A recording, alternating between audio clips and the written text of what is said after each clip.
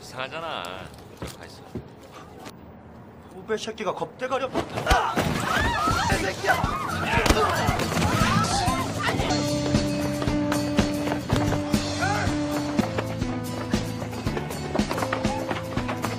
야, 너 이리 와, 새끼야.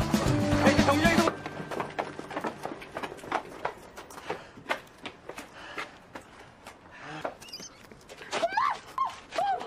이리 나와, 이 씨발 놈들아. 다른 새끼들 어디 갔어? 어디 갔어?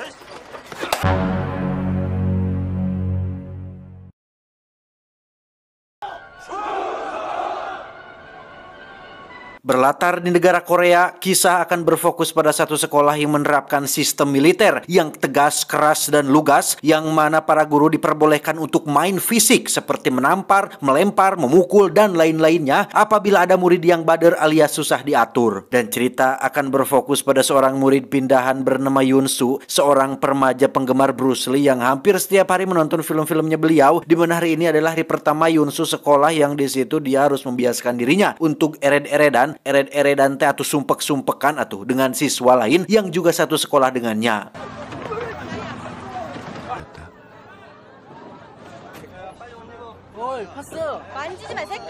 Disitulah Yunsu pertama kali bertemu dengan kakak-kakak senior yang memintanya untuk melepaskan lencana sekolah dengan alasan untuk dikumpulkan atas perintah guru, di mana Yunsu manut-manut saja dengan permintaan tersebut sehingga baru saja melangkahkan kaki di gerbang sekolah, Yunsu sudah harus mendapatkan hukuman berupa hantaman tongkat baseball bersama dengan para murid lain yang juga ikut menjadi korban kakak senior seperti dirinya.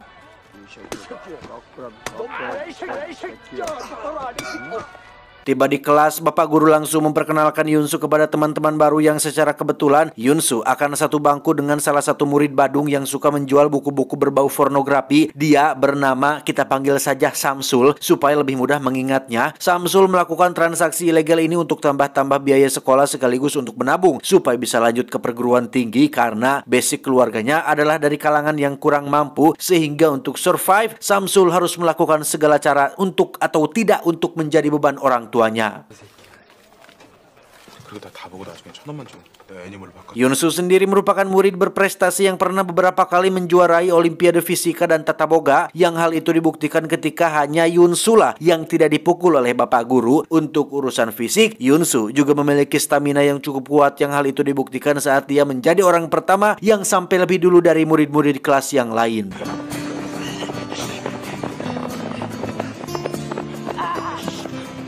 Singkat cerita, hari Jumsih pun tiba. Jumsih singkatan dari Jumat Bersih. Semua murid harus membersihkan kelas dan Yunsu kebetulan mendapat tugas mengepel. Yang disinilah pertama kali Yunsu bertemu dengan Jagger kelas atau preman kelas yang suka memalak murid lain. Dia bernama si penusuk, satu dari sekian banyak murid yang sudah 2 kali tidak naik kelas gara-gara nilai jeblok dan sering terlibat kasus perkelahian dan kekerasan. Sesuai julukannya, si tahadol polontong ini suka menusuk lawannya apabila sedang marah, di mana saat ini Yunsu tengah dipalak sejumlah uang oleh si penusuk ini. Namun karena Yunsu belum tahu tentang siapa dia, Samsul diminta untuk menjelaskan tentang jatah mingguan yang harus dia setorkan kepada si penusuk ini. Saat sedang pulang sekolah itulah Yunsu tak sengaja melihat seonggok siswi cantik yang sedang anteng mendengarkan musik. Entah siapa nama gadis ini, Yunsu hanya bisa mengaguminya tanpa memiliki keberanian untuk berkenalan atau hanya sekedar menyapanya sekalipun. Keesokannya di sekolah kita akan melihat si penusuk sedang bermain judi kecil-kecilan bersama dengan seorang ponakan jenderal yang tak lama muncullah sang ketua OSIS yang merupakan murid senior bernama Jong Hun yang meminta si penusuk untuk datang menemuinya di kantor guru. Tetapi Wusik ini babagusnya pun menyuruh si penusuk untuk duduk saja dan jangan ikut perintah dia, karena sebagai ketua kelas Wusik merasa punya tanggung jawab terhadap teman-teman kelasnya dan tidak ingin mereka diperintah oleh kelas lain sekalipun itu adalah senior mereka sendiri. Setelah Jong Hun pergi, si penusuk pun duduk di kursi Samsul dan mengacak-acak isi tasnya. Sebagai teman sebangku, Yunsu merasa perlu untuk menegur si penusuk untuk jangan membuka tas milik orang lain sehingga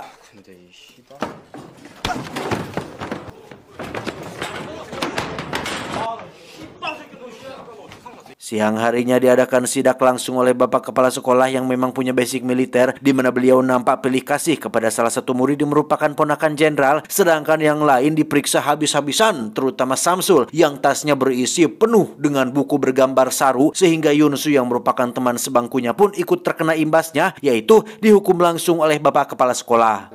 이게 문제야, 어? 알았어?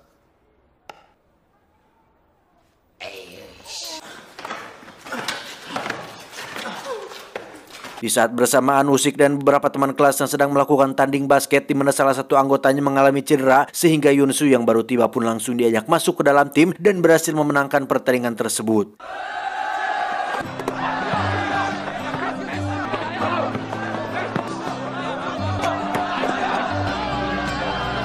Alhasil Yunsu dan Usik pun menjadi sahabat, termasuk Sampul yang juga diajak makan bareng di warung Teh Yuli yang memang menjadi langganan kasbon oleh para murid sekolah, yang untuk merayakan kemenangan ini Usik mengajak Yunsu dan Samsul pergi ke diskotik dengan memakai wig supaya diperbolehkan masuk ke dalam.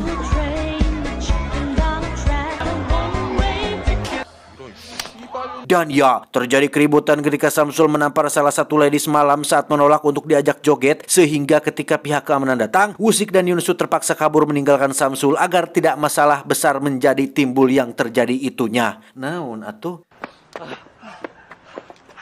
Disitulah mereka berdua melakukan deep talk antar sesama lelaki, di mana Usik menanyakan tentang kenapa kau begitu pasrahan menerima bulian dari si penusuk, yang pada akhirnya diketahuilah bahwa Yunsu adalah seorang anak piatu yang sudah tidak memiliki ibu. Ayahnya hanya seorang guru taekwondo dengan penghasilan pas-pasan, sehingga akan sangat krusial sekali apabila dirinya harus terlibat masalah hanya gara-gara berkelahi melawan penindasan. Ditakutkan hanya akan menjadi beban masalah untuk ayahnya, sehingga Yunsu memilih untuk pasrah saja. Toh dunia sekolah hanya 3 tahun doang, waktu yang terbilang sebentar dibandingkan dengan dunia kerja yang merupakan awal dunia keras yang sesungguhnya. Suatu hari ketika Yunsu dan kawan-kawan pulang naik bus, muncullah si gadis yang waktu itu dia terlihat diganggu oleh para senior yang tidak mau ngejedog alias tedaik caricing dengan terus menggoda si gadis, sehingga Yunsu merasa perlu untuk membelanya dengan cara yang baik dan sopan dan santun. Namun nampaknya cara seperti itu tak cukup untuk membuat mereka atau jera para senior yang pede dan arogan ini, sehingga Usik akhirnya maju dan menyerang mereka semua. 일단 좋아요. 이상하잖아. 야, 너 미쳤냐? 후배 새끼가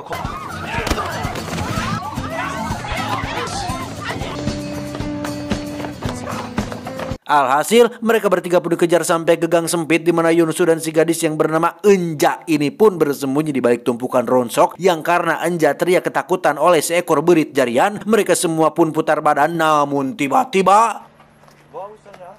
어? 어디 갔어? alih-alih ingin menjadi sosok pahlawan bagi Enja, Yunsu malah tidak lebih dari hanya dijadikan tameng dan sekedar pemanis saja, karena sosok pahlawan sesungguhnya adalah jelas-jelas yang terlihat beraksi dan berkelahi, siapa lagi jika bukan Usik, sehingga Yunsu harus rela melihat gadis pujaannya lebih tertarik kepada Usik ketimbang dirinya.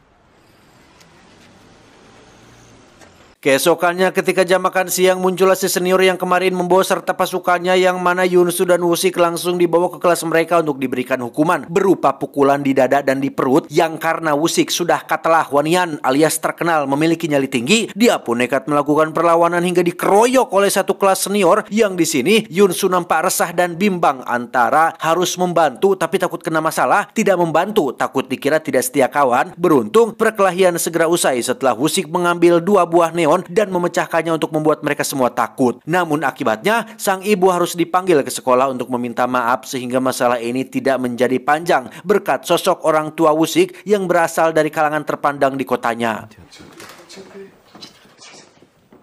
Suatu malam ketika baru pulang les, Yunsu terlihat sedang berjalan sendirian di bawah guyuran hujan yang tak lama muncullah Enja yang sekonyong-konyong ikut berteduh di bawah payungnya. Mereka berdua pun naik bus menuju jalan pulang, yang mana sebagai seorang pria sejati, Yunsu pun memberikan payung tersebut kepada Enja supaya tidak kebasahan, dan dari sinilah mulai timbul sedikit rasa suka kepada Enja yang notabene adalah seniornya alias kelas 3 yang sebentar lagi akan lulus sekolah. Keesokannya di sekolah, Usik sang ketua kelas mulai merasa risih dengan Samsul yang terus saja menjual buku-buku ilegal kepada murid lain tanpa tahu bahwa Samsul melakukan itu untuk bertahan hidup. Memang salah dan tidak bisa dibenarkan sama sekali, tetapi Usik adalah anak orang kaya yang tidak akan pernah faham dan tahu betul betapa sulitnya mencari tambahan uang jajan dan kurangnya ekonomi keluarga saat sedang jam pelajaran berlangsung. Itulah Usik kena apes saat dirinya ketahuan oleh Pak Guru sedang membaca buku dari Samsul yang dia dapatkan dari murid lain. Kok melarang tapi dibaca juga? Agak munafik memang si Wosik ini. Karena Pak Guru terus mendesak dan melepaskan tamaran keras, Wosik akhirnya mengambil keputusan yang sangat tidak setia kawan dengan memberitahukan bahwa Samsulah orang yang sudah menyebarkan buku ini di sekolah.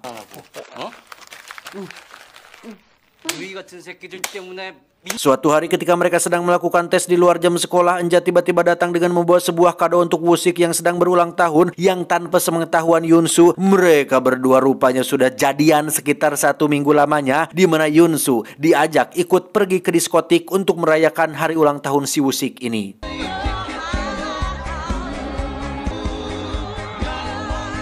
Sebagai sahabat yang baik, Yunsu hanya bisa sabar dan ikut senang melihat temannya bahagia bersama dengan gadis pujaannya, terutama saat melihat mereka berdua berpelukan sambil, tahulah ya, Yunsu hanya bisa banyak-banyak bersabar dan memilih untuk pulang duluan, pergi ke warung langganannya, siapa lagi kalau bukan warung Teh Yuli, untuk sekedar ngopi dan sambil melepas kepenatan.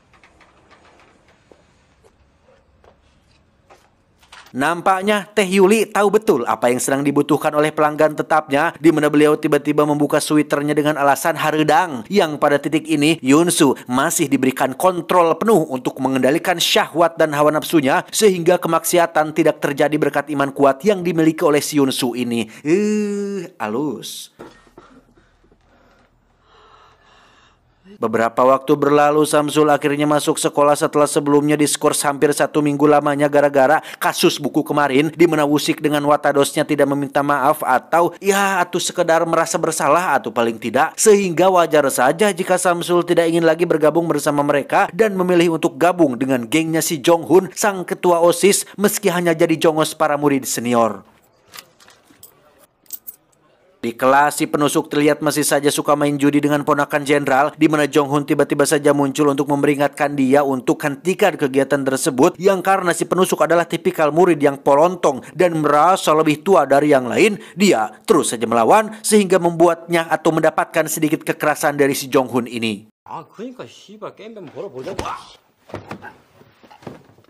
Ponakan jenderal sendiri melaporkan hal ini kepada bapak kepala sekolah setelah sebelumnya sudah mengalami banyak kekalahan dari si penusuk. Padahal jika dipikir lagi, si ponakan jenderal ini kan ikut terlibat dalam perjudian yang dilakukan, ikut juga nimbrung di perjudian itu, yang ketika jam pelajaran sedang berlangsung, si penusuk terlihat baru masuk kelas setelah dipanggil oleh bapak kepala sekolah di ruangannya. Yang di sini kita akan melihat si penusuk memegangi ballpoint sambil memandangi si ponakan jenderal dengan tatapan yang penuh kemarahan, dan tiba-tiba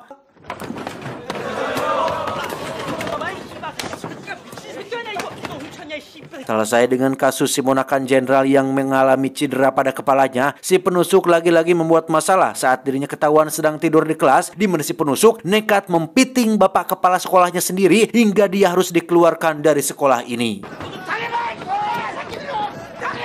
Suatu malam saat Yunsu sedang bersepeda sendirian, tiba-tiba ada Anja yang mengajaknya untuk makan bareng, di mana tujuan Anja mengajaknya makan adalah untuk curhat mengenai kelakuan Wosik yang selama pacaran suka bohong, seperti sering pergi ke diskotik tanpa sepengetahuannya, sering jalan bareng cewek lain di belakangnya, sehingga Anja ingin minta putus dari Wosik dengan cara meminta tolong Yunsu sebagai pembawa pesannya. Keesokannya, Yunsu langsung mengutarakan permintaan putus Anja kepada Wosik, yang di situ Wosik bersikap menyebalkan dan sok tegar dengan mengatakan bahwa Anja hanyalah wanita murahan yang mudah didapatkan, yang mana sebagai orang yang sangat menghormati perempuan, Yunsu memperingatkan Wosik untuk jangan bicara sembarangan terhadap Anja, yang karena Wosik terus saja nyerocos membandingkan skill Anja dengan pacar-pacar lamanya, Yunsu pun menjadi emosi hingga kelepasan memukul Wosik sahabatnya sendiri.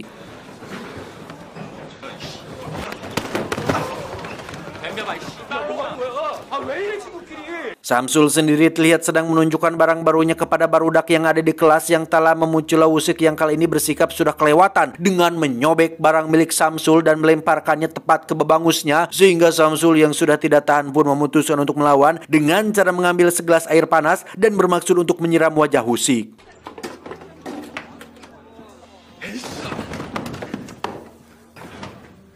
이런 씨발놈이 염산을 Tak hanya itu, Samsul juga menusuk paha Wusik menggunakan obeng yang setelah perkelahian berakhir, Samsul mengadukan hal ini kepada Jong Hun, sang ketua OSIS. Pada awalnya, Wusik menolak ajakan Jong Hun untuk bertarung di atap sekolah, namun ketika Wusik dikatai sebagai anak manja orang kaya yang berlindung di ketek emaknya, disitulah Wusik bangun dan langsung menerima tantangan si Jong Hun ini.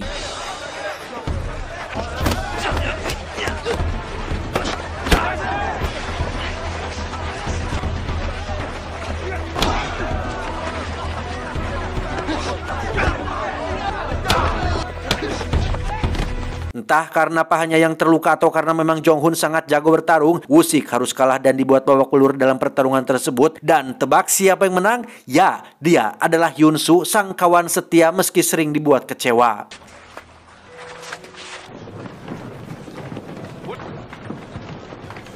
Wusik akhirnya keluar dari sekolah tanpa ada pemberitahuan terlebih dahulu, sehingga Jong Hun semakin bertindak semena-mena terhadap semua murid junior, terutama kelas ini, di mana Yunsu hampir setiap hari harus melihat penindasan yang dilakukan oleh Jong Hun dan pasukannya. Contohnya pada salah satu murid yang dianggap paling lemah di kelas ini. 교육을 시키려고 하는 기지. 절대 여러분들. Suatu hari ketika Yunsu sedang berjalan sendirian, dia tak sengaja berpapasan dengan Jong Hun dan menolak untuk menurunkan kepalanya. Sempat akan dihajar, Samsul yang masih menaruh rasa simpati kepada Yunsu pun berusaha untuk mencegah Jong Hun agar tidak menghajar teman kelasnya lagi. Muak dengan sistem sekolah yang keras dan penindasan yang hampir setiap hari terjadi, Yunsu memutuskan untuk kembali melatih fisik dan skill bertarungnya, termasuk menggunakan double stick alias nunchaku sebagai senjata fenomenal yang pernah digunakan oleh Bruce Lee di beberapa film lamanya.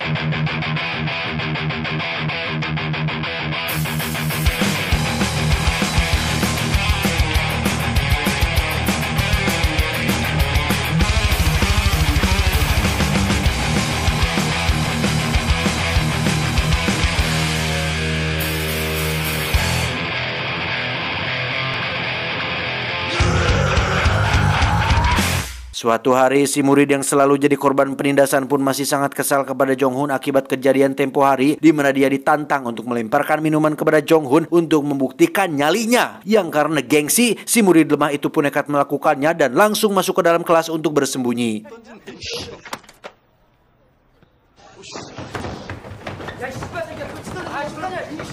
Tak lama muncullah Jong Hun bersama pasukannya yang langsung mencari siapa pelaku pelemparan tadi, di mana Samsul yang merasa dekat dengan Jong Hun pun memintanya untuk pergi sambil menjelaskan bahwa pelakunya mungkin bukan dari kelas ini dan tiba-tiba 나가자니까 새끼야 좀.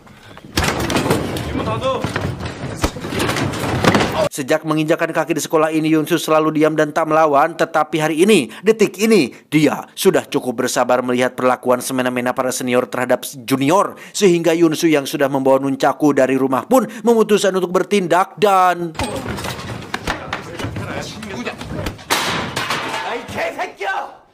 Ya, semua murid benar-benar tercengang melihat Yunsu yang selama ini selalu diam dan dianggap pecundang, tiba-tiba berani melawan Jong Hun untuk melakukan duel di atap sekolah, yang mana saat sedang dalam perjalanan menuju ke sana, Yunsu sekonyong-konyong memukul kepala Jong Hun dari belakang hingga perkelahian pun langsung dimulai.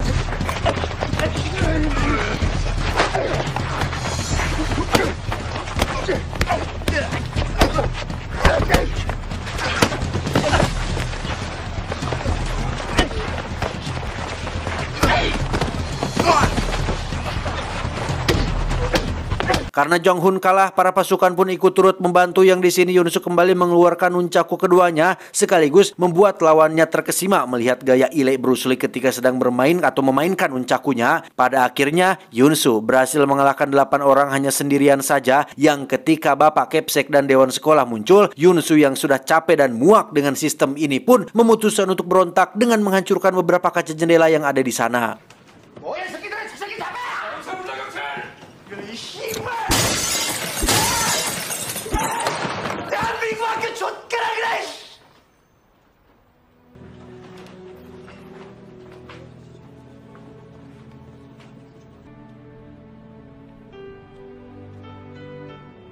Akibat dari insiden itu, Jong Hun dan 7 temannya dirawat di rumah sakit dengan tingkat cedera yang lumayan mengerikan. Sang ayah hanya bisa meminta maaf dan berlutut di hadapan orang tua mereka agar masalah ini tidak diperpanjang. Dan film ini pun diakhiri dengan Yoon Soo dan sang ayah berjalan berdua, dengan sang ayah nampak memaklumi setiap tindakan brutal yang dilakukan oleh anaknya tersebut. 죄송합니다.